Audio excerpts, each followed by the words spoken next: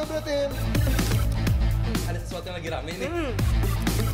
Iya, apalagi lawannya physical appearance-nya besar-besar. Punya working relationship yang bagus. Lu harus kasih dia kesempatan lagi. Di atas kertas lo semuanya harusnya menang. Ada bahasan yang paling ditunggu-tunggu.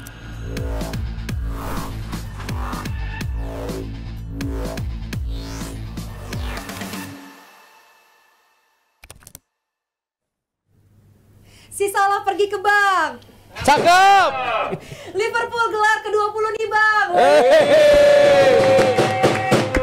Biasa Jebretim. Tapi Nesa mau tanya dulu ya, gimana nih apa kabarnya fans-fans MU? Masih ada yang beranikah muncul ya setelah lihat rival abadinya samakan jumlah IPL dan menasibkan diri sebagai Raja Inggris karena UCL-nya paling banyak. Coba kita tanya dulu nih sama salah satu fans MU yang ada di sebelah Nesa ya, kira-kira malu nggak muncul hari ini? Karena kalau Panji sih nggak muncul ya hari ini.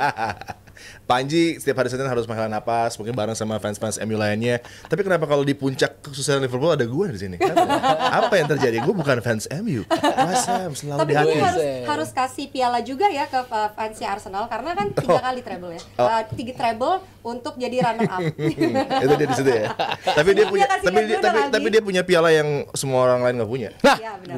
Premier League yang gold yang kecil itu yang buat Arsene Wenger. Ya. Abadi untuk Wenger kan? Penting ya. Iya. Oke, tahan dulu curhatnya dia nih karena kita mau ajak Jebretim ikutan nyawer ya. Silakan fans-fans Liverpool yang mau nyawer meluapkan kebahagiaannya silakan nanti Nesa bacain dan juga tentunya kita mau ngucapin selamat ulang tahun untuk Daddy Sugar. Nah, itu yang penting. Mario. Yes. Yes sir. Wah, Mario. Nyanyi apa?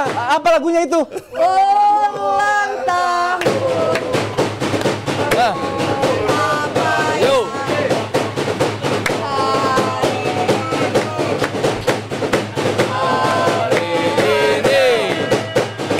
Ulang tahun.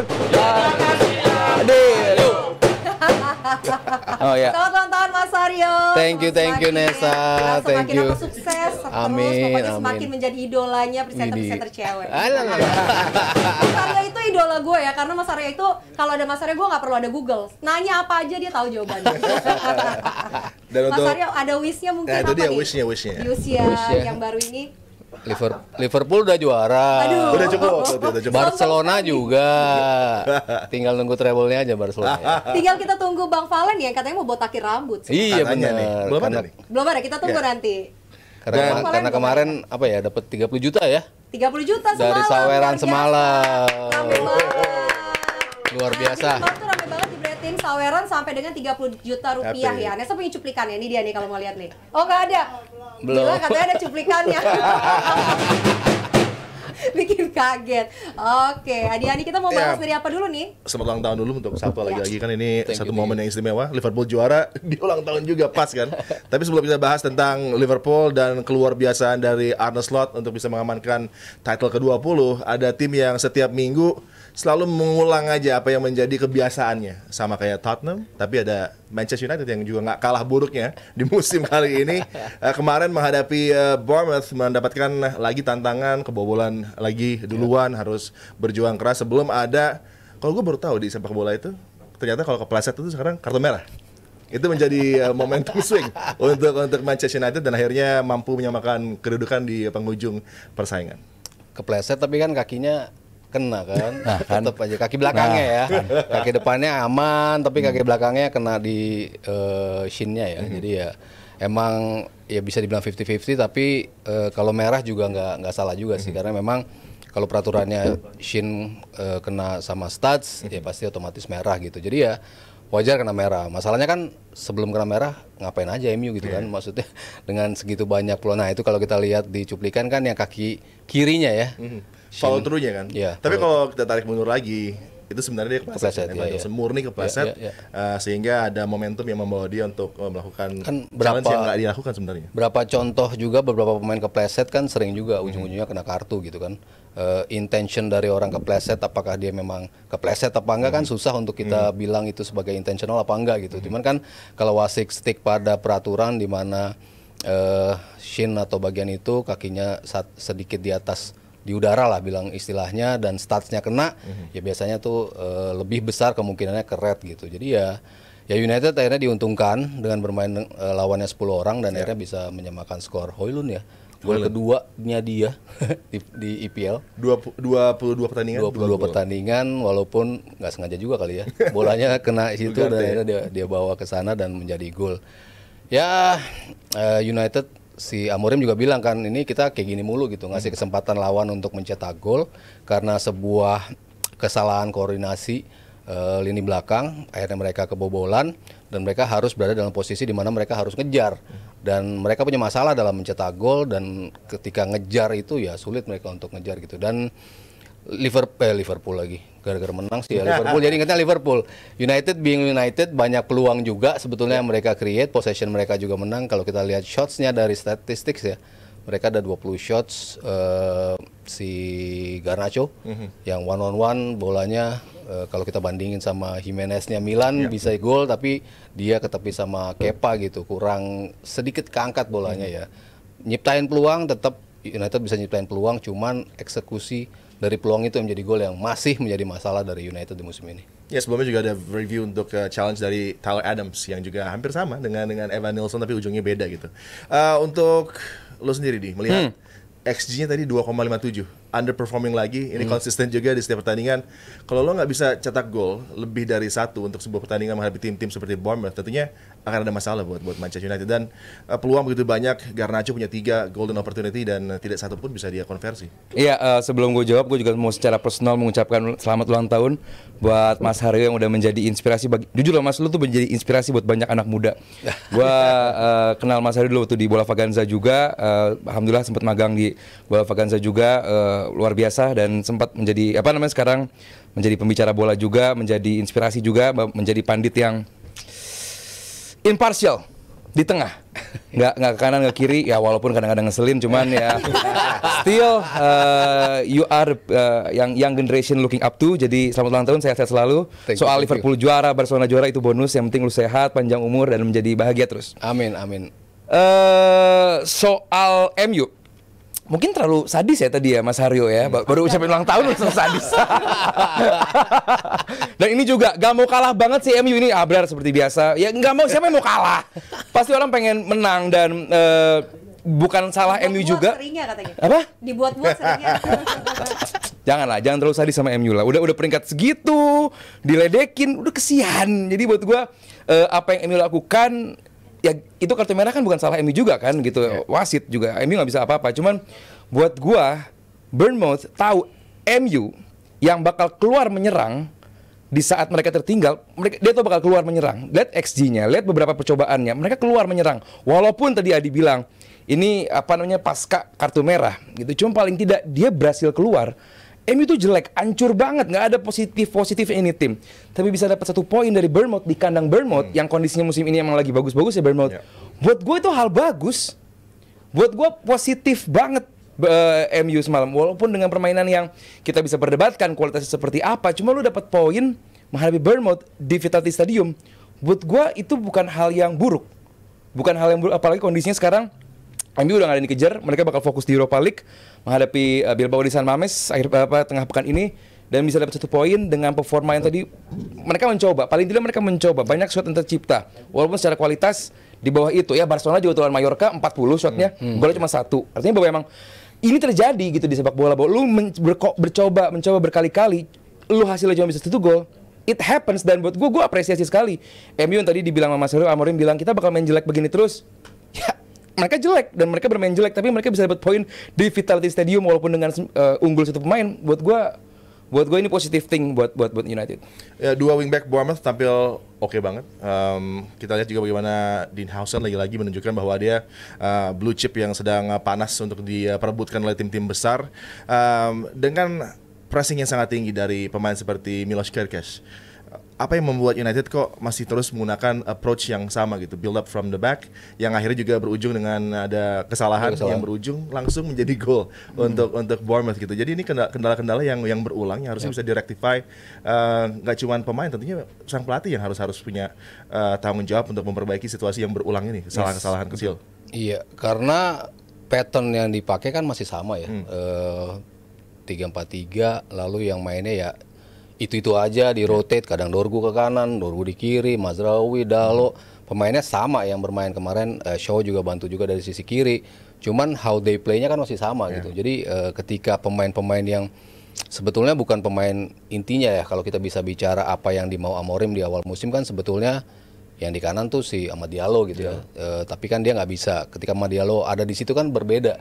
United yang create chance dan bisa bikin gol gitu. Sementara sekarang ya mereka nggak bisa create banyak dan selalu bisa menjadi masalah ketika mereka ketemu tim-tim yang punya wingback cukup agresif.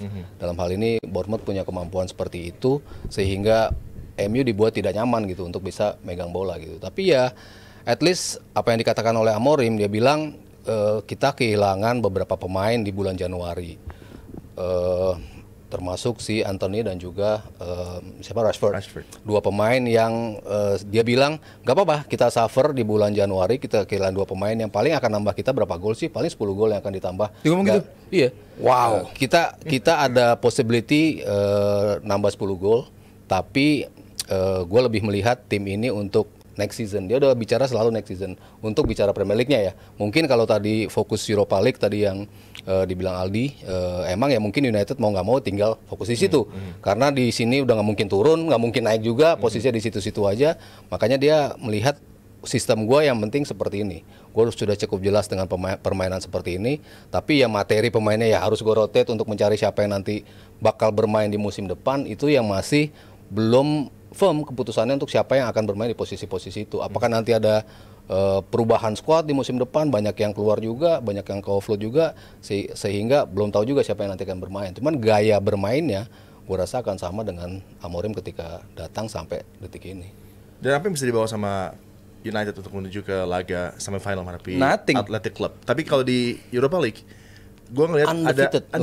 Dan ada dua tim yang berbeda sepertinya, karena dari segi goals yang mereka ciptakan juga sangat banyak. Kemudian juga walaupun defensif itu juga masih rapuh gitu kan, tapi setidaknya in terms of goal scoring mereka bisa, dan mereka masih belum terkalahkan hingga mencapai semifinal. Apa yang mereka bisa bawa dari permainan di Liga menuju Europa League menghadapi Bilbao yang kandangnya akan menjadi final, kandang final? Buat gua nggak ada. MU kalau ketemu tim yang sedikit aja rapih, sedikit aja bisa ngepres, MU tuh sangat amat gampang dipres. Begitu mereka dipres, mereka kerepotan. Beberapa tim udah nunjukin hasilnya. Cara ngalahin MU adalah dipres dan jangan bikin kesalahan. Waktu lawan Lyon, kesalahan kan dari Lyon juga. Kehilangan fokus di menit-menit akhir. Kalau enggak ya itu luar biasanya MU. Itu dua sisi kacamata. Lu mau ngelihat bahwa apakah Lyon yang kehilangan fokus di menit-menit akhir atau justru MU yang sampai menit-menit akhir pun nggak kehilangan fokus dan tetap ngejar. Itu dua sisi kacamata yang lu bisa perdebatkan. Cuma buat gua, lu bisa bikin gol, yes, MU bisa bikin gol. Dengan permainan seperti apa? Chaos. Chaotic tapi beautiful madness lah. Kalau di sepak bola gimana MU itu tanpa strategi yang mungkin secara kacamata nggak jelas, lu menempatkan Maguire di depan untuk menerima sebuah sundulan di menit-menit akhir, itu butuh cojones yang banget dari seorang Amorim. Itu cojones sama desperation.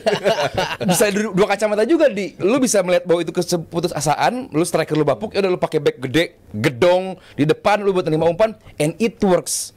Yang penting adalah it works mengantarkan MU sampai ke semifinal.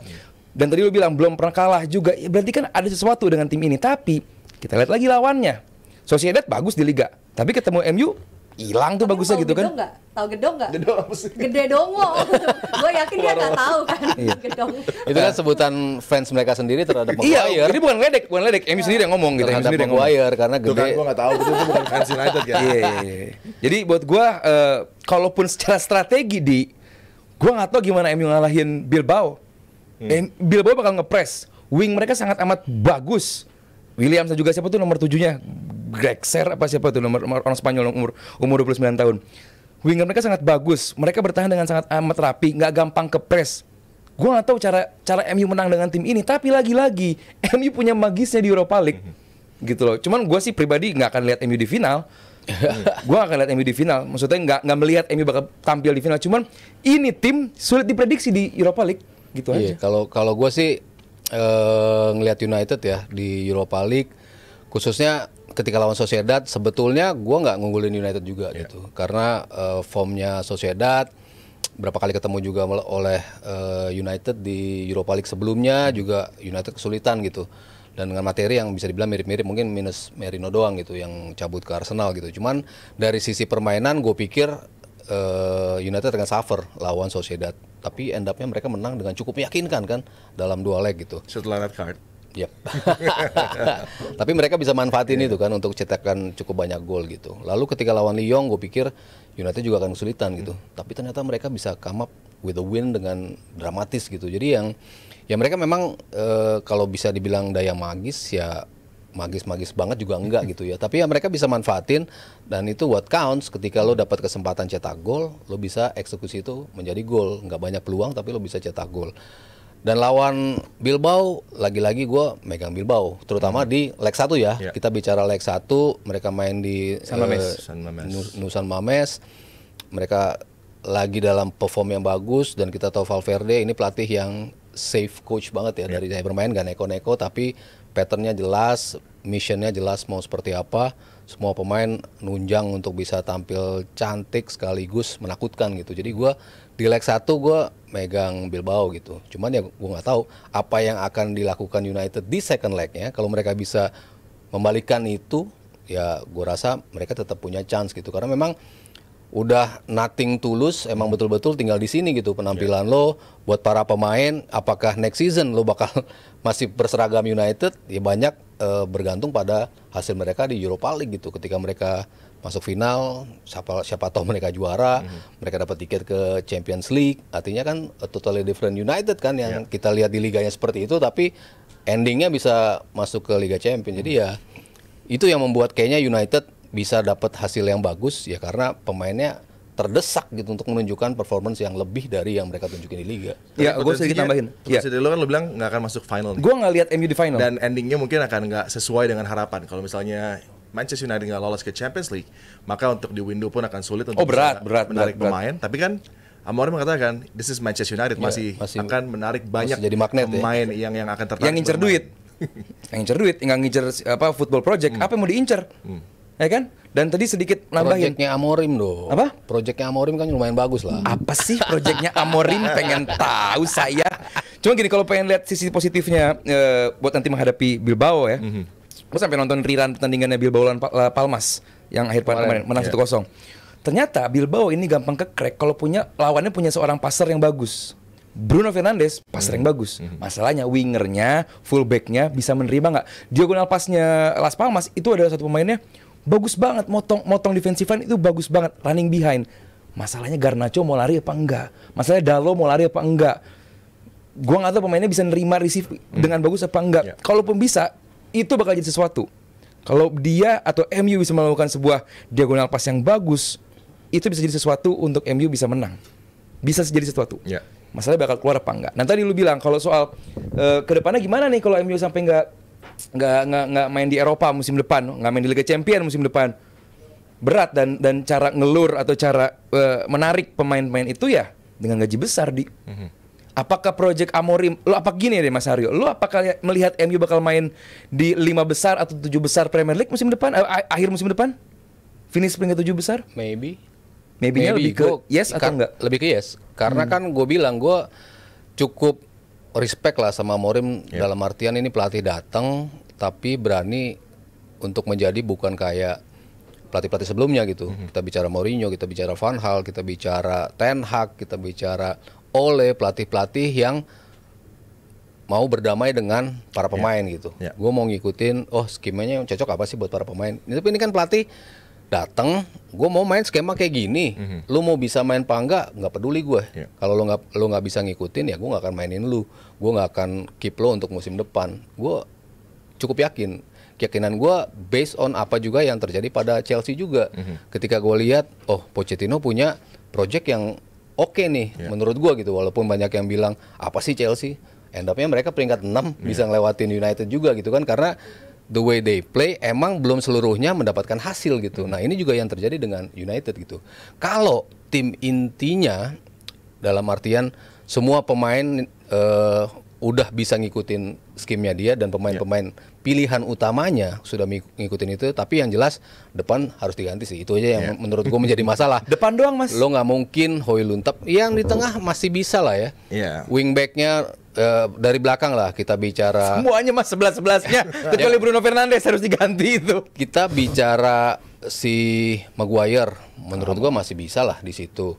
Lalu Yoro yang dia beli di situ, De Ligt masih ada, Martinez masih bisa balik untuk. Oke, Martinez, yes. Karena mereka kan semuanya base dengan permainan 4 back.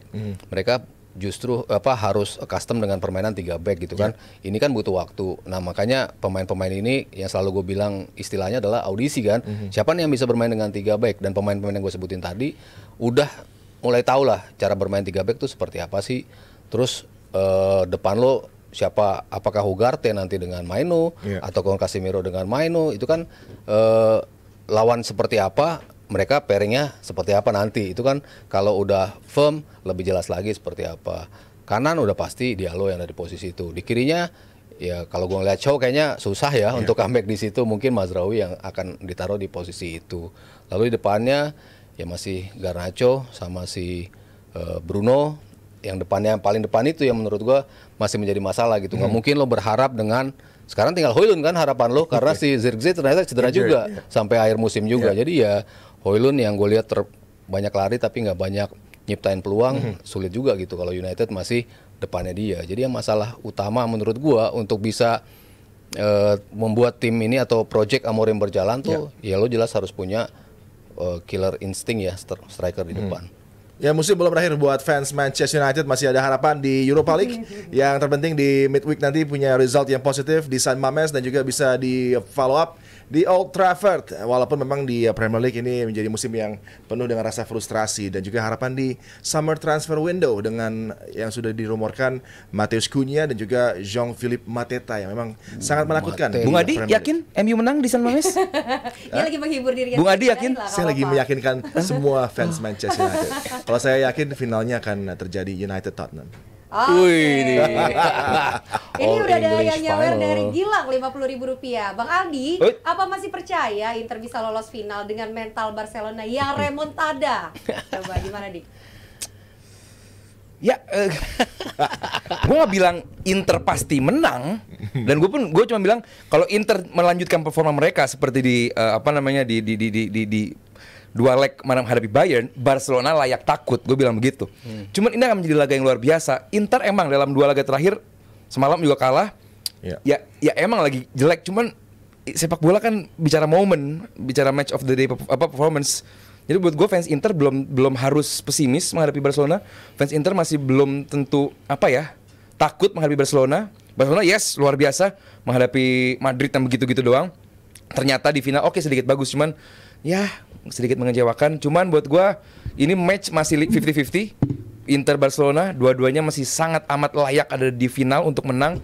Jadi baik fans Inter maupun Barcelona, ini laga yang nggak boleh dilewatkan. Buat gue ini masih 50-50. Oke, next ada dari Mas Din Rp25.000. Madrid udah dibantu wasit masih aja ngeluh. Remontada no, remuk tunda yes. Masih remuk tunda. Halo Jebretim. Ada sesuatu yang lagi rame nih. Iya, apalagi lawannya physical appearance-nya besar-besar. Punya working relationship yang bagus. Lu harus kasih dia kesempatan lagi. Di atas kertas lo semuanya harusnya menang. Ada bahasan yang paling ditunggu-tunggu.